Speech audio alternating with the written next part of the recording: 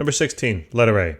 Suppose a meter stick made of steel and one made of invar, an alloy of iron and nickel, are the same length at 0 degrees Celsius. What is their difference in length at 22 degrees Celsius? All right, so let's start with the question. What is their difference in length? So to answer that, right, we would basically come up with this idea that it's basically taking the length of steel and subtracting it from the length of invar. All right, that's basically right, and the final values, okay, specifically. Now, since the final values are the only ones that are changing and the initials would stay the same, I can basically restate this, right, and just kind of sum it up into then be just the change in length between steel and invar, okay?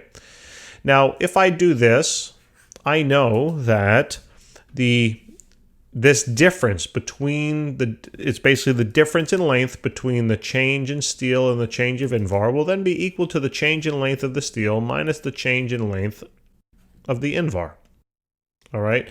For example, here are two lines. They are equal. Okay.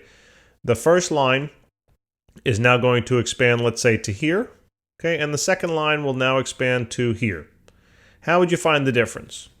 Well, you'd say, let me take the final value of this and then subtract the the final value of this line, and we would get our answer. And I'd say, yes, that would be great. That is a way to do it. Another way to do it is to look at it this way. This represents the change in length of the top line, correct? And this will represent the change in length of the bottom line, right? So now, if I had to figure out how much this top bar changed in relation to the bottom bar, I can actually just take away or subtract the changes in length from one another. That would give me the same answer, right? Hopefully that makes visual sense here. So that's what I'm doing basically over here, all right? So now I realize that this is what I'm after, okay?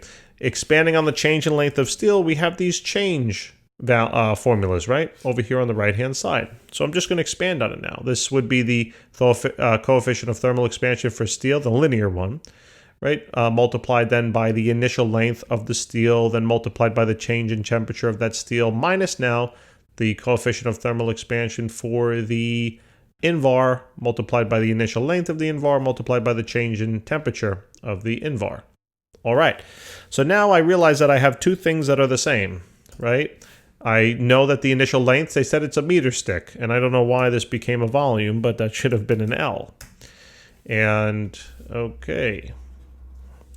I guess doing videos early in the morning isn't the best for me.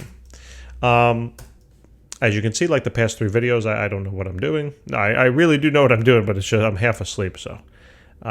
Anyway, I'm sure you're sitting there, oh, great, I so wanted you to teach us while you're half asleep. What are you going to do? So here, the initial lengths, okay, are going to be the same, and the changes in temperature are also the same because they both start at 0 and they go to 22, right?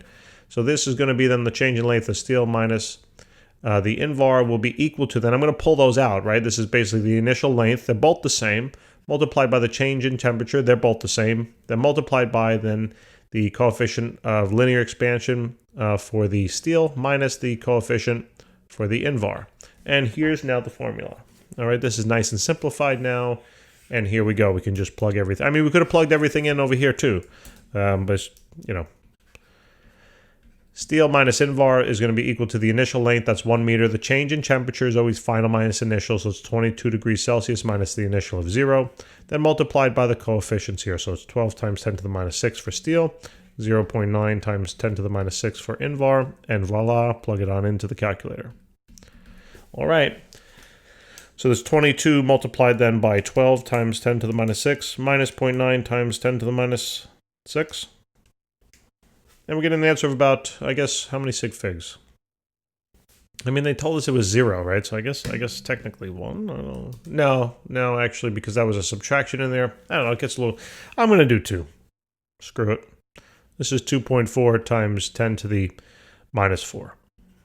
All right, and that's going to be in terms of meters. Okay. You can convert that to whatever length unit you want. So that works out for letter A. All right, so let's just clean this up a little bit. Give me 1 second. just reorganize this. I'm going to need possibly a little more space. So we'll put A right there. All right. Now letter B, it says repeat the calculation for two 30-meter long surveyor tapes. All right, so the only thing that's changing is, I'm going to just highlight it. The only thing that's changing in this formula will be the initial length, right? Everything else has stayed the same. So just replace the calculation here with a 30. All right, and let's do that calculation. So it's basically just going to be 30 times 22 times now 12 times 10 to the minus 6 minus 0.9 times 10 to the minus 6. And what do we get? So now here we're going to have the change in length for the second case is going to be, in terms of meters, it's going to be 7 point, how many sig figs? I don't know. Yeah, what do you want to do? We'll do 3, whatever. Or 2. Yeah, we'll stick it with 2. 7.3 times 10 to the minus 3. All right, minus 3. And this is in terms of meters. And this basically works out to be, right, 7.3 millimeters. All right. So there you go, guys. All right. Thanks so much for tuning in. Appreciate it very much. Please remember to subscribe, and we'll see you next time.